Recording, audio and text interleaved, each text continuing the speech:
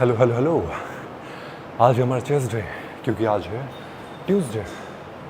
First हमने किया back, आज हमारा चेस्ट, जिसमें हम सेम वही पुराना वाला रूटीन करने वाले हैं।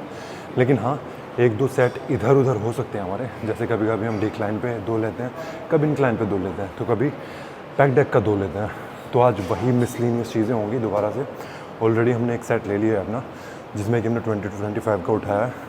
ज़्यादा हैवी मुझे नहीं लगता मैं जा पाऊँगा, बिकॉज ऑफ कल जन्माष्टमी था और उसकी वजह से डाइट इधर उधर हो गई थोड़ी। जो हमारी कैलोरी इंटेक होता है वो इनफ नहीं था, तकरीबन 1500 कैलोरी के आसपास हुआ, जबकि हमारा होना चाहिए 3000 कैलोरी के आसपास। तो खैर शुरू करते हैं अभी अगला सेट। लेकिन हाँ, आज जो हम डिस्कस करने वाले हैं वो है कि मैं कभी डिक्लाइन प्रेसेस क्यों नहीं लेता। तो मैंने डिसाइड किया है कि एक बार मैं 30-30 से करके देखूंगा ज़रूर। एटलीस्ट वो नहीं होएगा कि यार पिछली बार तो मैं 30 किया था, इस बार क्यों नहीं। So let's start.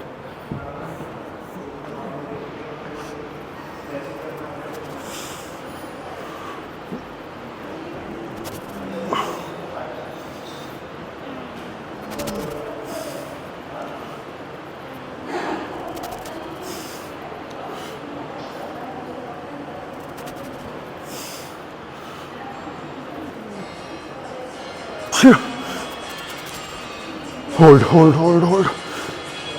Phew. Phew. Phew. अच्छा रहा ये सेट। Phew.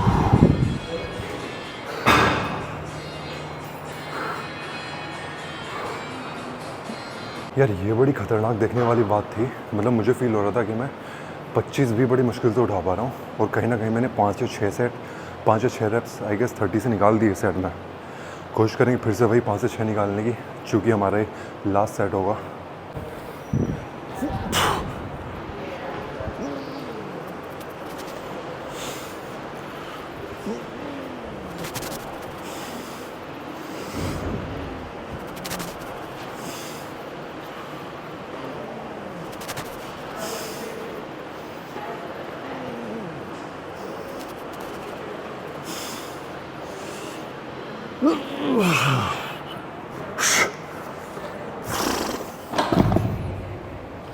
हाँ, 4 ही निकले इस बार। 15।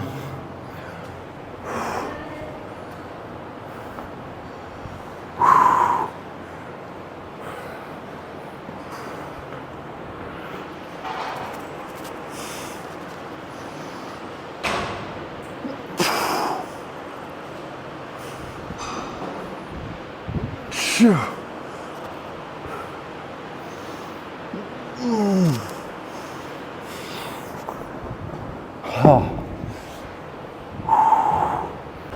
अपनी बैंड बजाने का मैंने पूरा बंदोबस्त कर दिया है भाई। सीधा 25-25 लगा दिया मैंने। यार मेरी चेस्ट प्रेसेस कब होंगे? यार कोई हो तो आ जाओ। मतलब ये क्या बोल रहा हूँ मैं।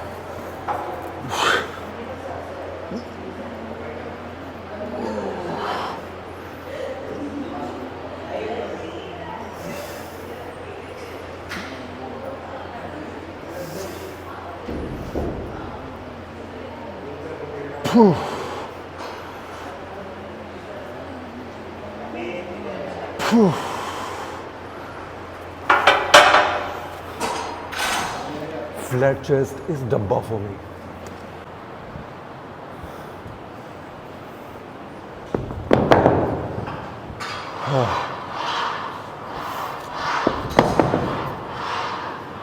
मुझे ऐसा लगता है ज़िंदगी में कभी इम्प्रूव नहीं कर पाऊंगा फ्लैट में। यार इंक्लाइन तो इतना हैवी चला जाता हूँ मैं, फ्लैट में क्या पंगी बचती है।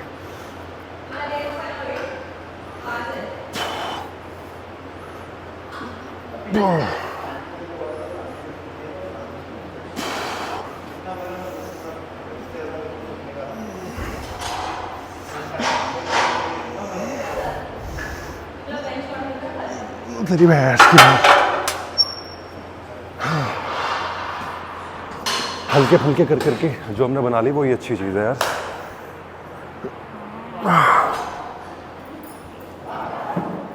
तो ये जो मैं वीडियो बना रहा हूँ ये मेरी मौत का भी सबूत हो सकता है। हे भगवान, Hariom. I want to improve my bench presses.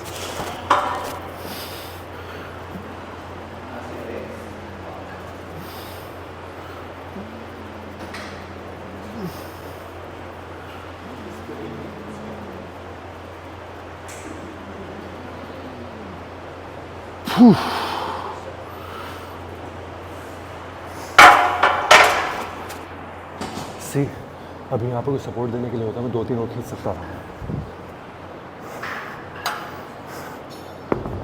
तो तब तक ड्रॉप सेट से काम चलाते हैं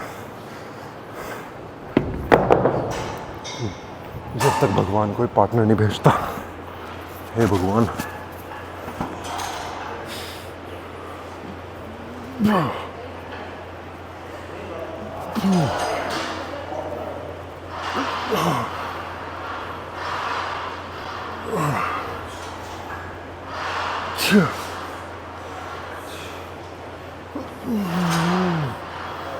हरिओम।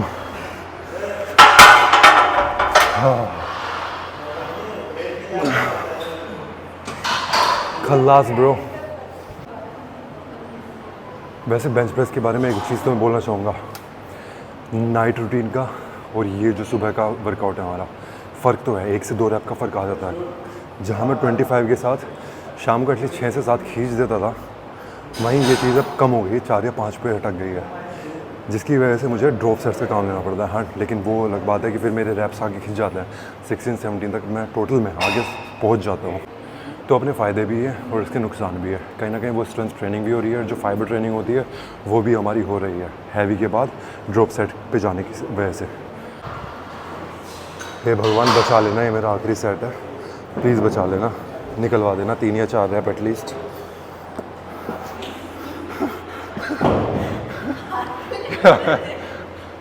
अरे यार, ये मेरी वीकेस्ट है फ्लैट में ना, इसमें उठा ही नहीं पाता मैं वजन। नहीं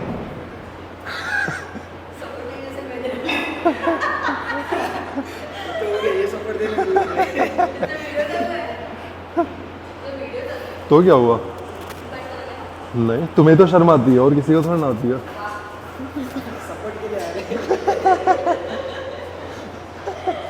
ये ऊपर आगे गिर गई।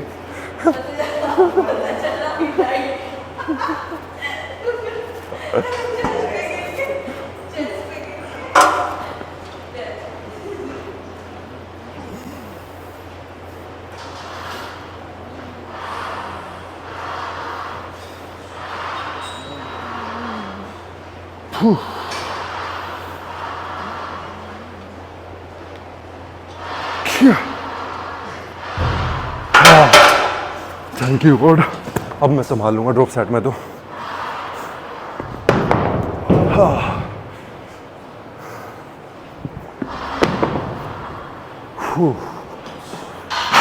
अब तो मैं देख लूंगा इसे। आजा सुसरे।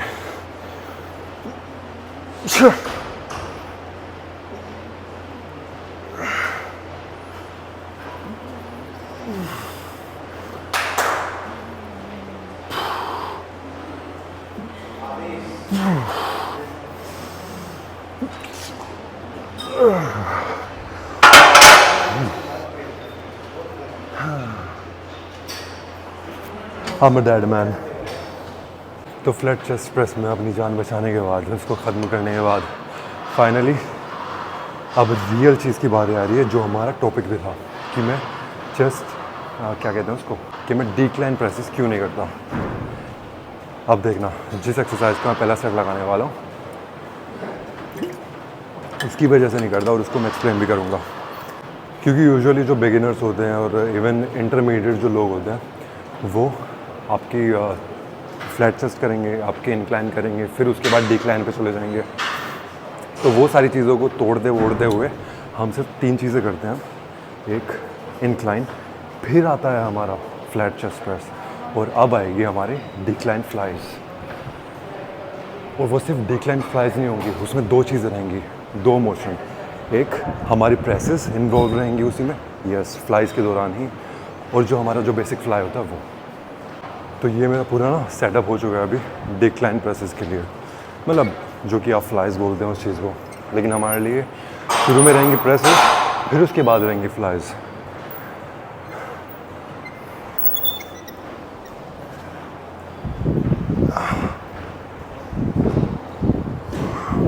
ये है हमारा प्रेसिंग मूवमेंट।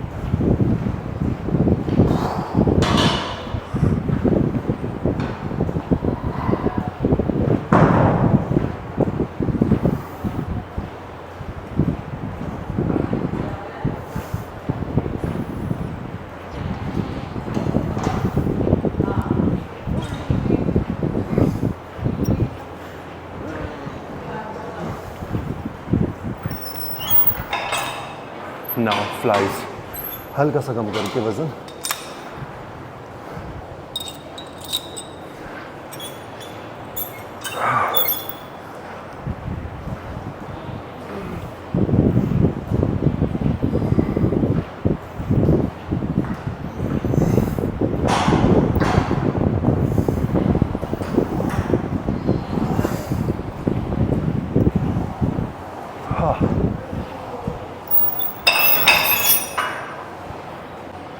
ओके, ये वक्त एक्सप्लेन करने का।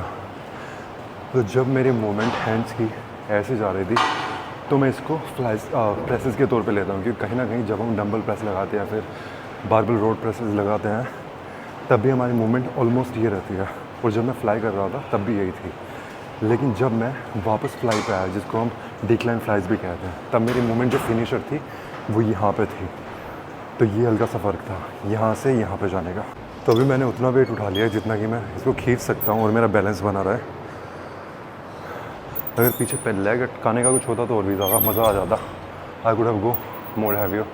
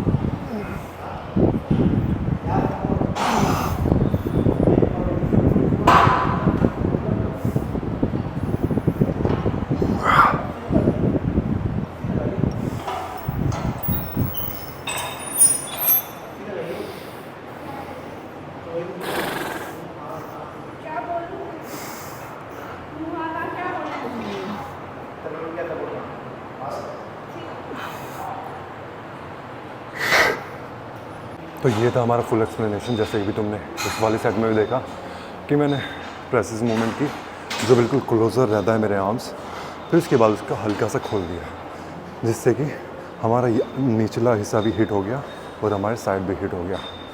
ये डबल डबल मुनाफा और कम टाइम में। और डिक्लाइन प्रेसेस मैंने छोड़ ही करना, सबसे बड़ा रीज़न उसका ये था, कहीं ना कहीं तुम ईगो लिफ्टिंग हल्का सा कर सकते हो एक तो उसमें ना कहीं ईगो लिफ्टिंग चली जाती है हमारी, क्योंकि रेंज ऑफ मोशन कम हो जाता है। तुम यहाँ से हल्का सा सिर्फ इतना ही लिफ्ट कर रहे होते हो, तो उसकी वजह तुम हैवी ज़्यादा सोचते हो कि हैवी जा सकते हो और भी ज़्यादा, तो उस चीज़ को मैंने स्किप करना छोड़ दिया।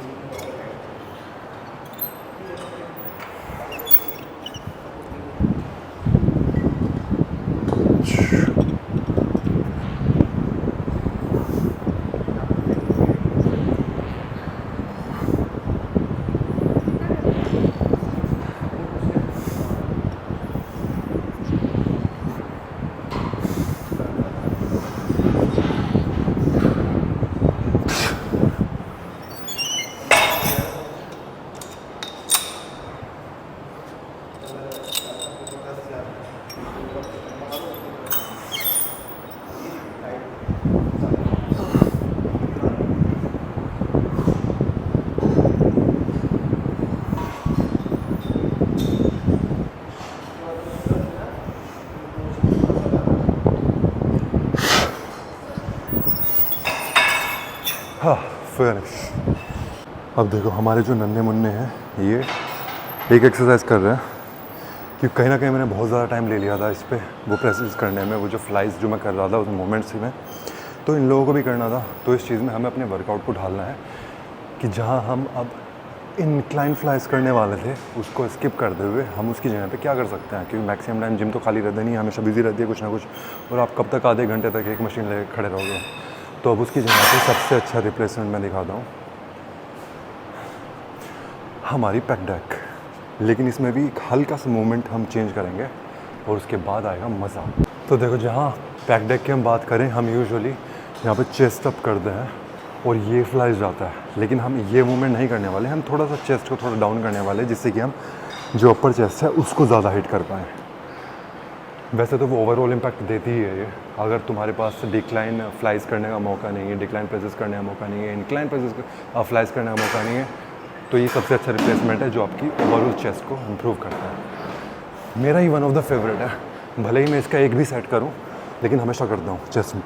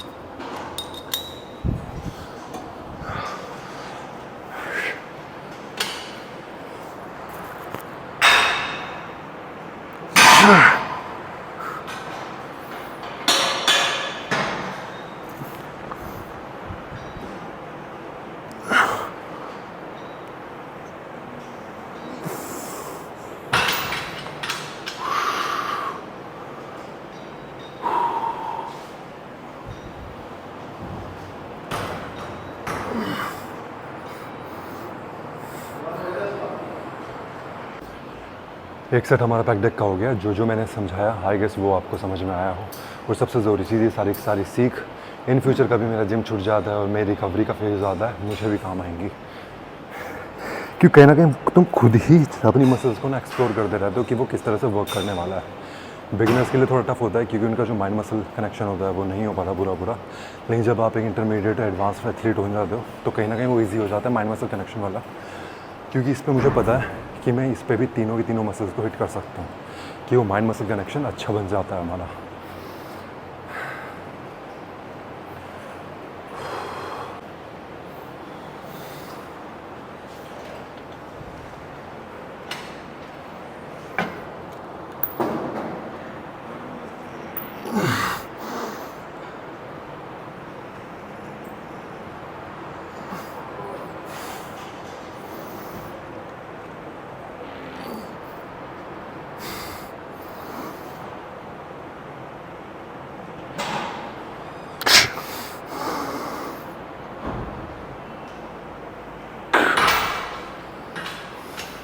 हमारी पैक डेक खत्म होने के बाद सबसे ज़रूरी मूवमेंट, स्पेशली आपके मिडिल चेस्ट के लिए, वो जो लाइन होती है ना उसके लिए।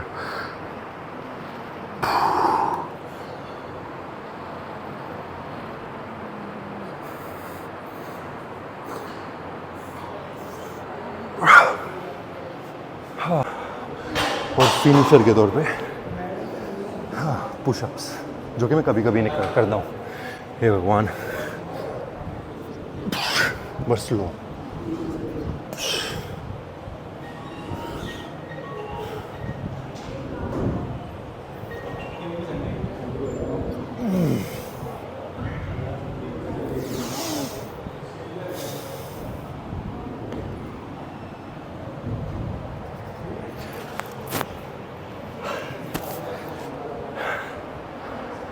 कहना पड़ेगा कल जो हमारा बैक का वर्कआउट हुआ है ना, वो जो हमने इस मूवमेंट से स्टार्ट किया था, अमेजिंग। अभी तक मेरे को पंप वम्प महसूस हो रहा है, इवन पेन भी है। मज़ा भाई साहब।